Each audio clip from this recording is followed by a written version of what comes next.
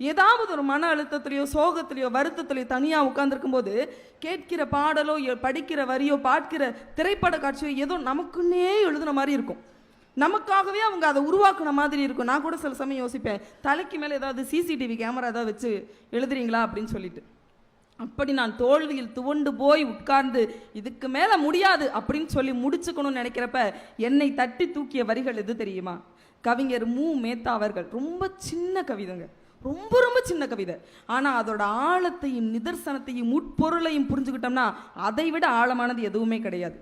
கவலைகள் ஒன்றும் கை குழந்தைகள் அல்ல, கவலைகள் ஒன்றும் கை குழந்தைகள் அல்ல, அதை போகும் இடத்துலலாம் தூக்கிட்டு போகாதீங்கன்னு அவ்வளோ எளிமையாக சொல்லியிருப்பாரு நடுவர் அவர்களே.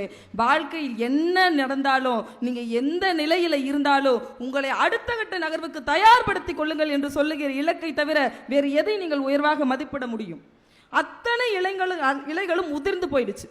அத்தனை இலைகளும் உதிர்ந்து போன மொட்டை மரமாக இருந்தாலும் அதிலேயும் ஒரு கிளி வந்து உட்காரும், அது இன்னும் மரம் என்பதை நினைவுபடுத்த என்று சொன்னார்கள் என்றால் கவிஞர் மனுஷபுத்திரன் அவர்கள் எழுதினது. வாழ்வியலை இதைவிட யதார்த்தமாக அணுக கற்றுத்தர யாரால் முடியும்? இன்னைக்கு சொன்னாங்கல்ல, ஏரோட்டும் காலம் ஏரோட்டும் காலம்.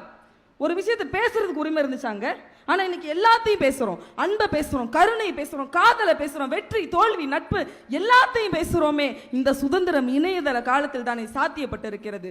நடுவர் அவர்களே, 2 ஆண்களுக்கு இருக்க நட்பை பத்தி நமக்கு தெரியும். சின்ன வயசுல இருந்து ஒன்னா வளருவாங்க, படிப்பாங்க, வேலைக்கு போவாங்க, சாகுற வரைக்கும் ஒன்னா இருப்பாங்க. ஆனால் 2 பெண்களுக்கு இடையேயான நட்பின் ஆழத்தை பற்றி நம்மளால சொல்ல முடியுமா? ஒருவேளை அந்த நட்பின் ஆழத்தை நீங்கள் தெரிந்து கொள்ள வேண்டும் என்று விரும்பினால் கவிப்பேரரசு வைரமுத்து அவர்கள் எழுதிய தோழிமார் கதை என்கிற கவிதையை ஒரு முறையாவது வாசித்து பாருங்கள். இன்னைக்கு ஒரு காலகட்டம் வரைக்கும் 4 செவத்துக்குள்ளேயே நம்ம வாழ்க்கை முடிஞ்சிருங்க. ஆனால் இன்னைக்கு உலகத்தில் பல இடங்களுக்கு பயணம் பண்ணுகிறோம், ஒவ்வொரு இடத்துலையும் போய் சாப்பிட்றோம். ஆனால் எவ்வளவு உயர் ரக ஹோட்டலில் சாப்பிட்டா கூட பெத்த தாய் அப்படியே உருண்டை பிடிச்சி ஊட்டி விடுற ஒருபடி பழைய சோறுக்கு இணையாக இருக்காது அந்த ருசி. அப்படி அந்த தாயினுடைய சமையலில் என்ன இருக்குன்னு சொல்லி எழுதினது கூட அந்த கவிப்பேரரசு வைரமுத்து அவர்கள் அழகாக சொல்லியிருப்பாரு. கதகதன் களிக்கிண்டி களிக்குள்ள குளிவிட்டு கருப்பட்டி நல்ல என்னை கலந்து தருவாயே, தொண்டையில இறங்கு சுகமான இளஞ்சூடு மண்டையில இன்னும் மசமசன்னு நிற்கிதம்மா.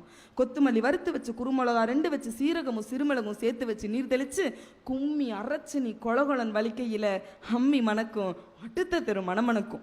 தித்திக்க சமைச்சாலும் என்னை நீ திட்டிக்கிட்டே சமைச்சாலும் கத்திரிக்காய் நெய்வடியும் கருவாடு தேனொழுகும், கோழி குழம்புக்கு மேல குட்டி குட்டியா மெதுக்கும் தேங்காய் சில்லுக்கே என் தேகம் எல்லாம் எச்சி ஊருன்னு சொன்னா கேட்கும் போதே பசிக்கிற மாதிரி இருக்கு நடுவர் அவர்களே. அதுதான் இலக்கு. இன்னைக்கு கவிதைகளை கூட விடுங்களேங்க, ஒரு காலகட்டம் வரைக்கும் அம்மா நான் கதை புக்கு படிக்கிறேன்னு சொல்லி பாருங்களேன், வீட்டில் வெளுத்துருவாங்க. ஆனால் இன்னைக்கு அப்படி கிடையாது.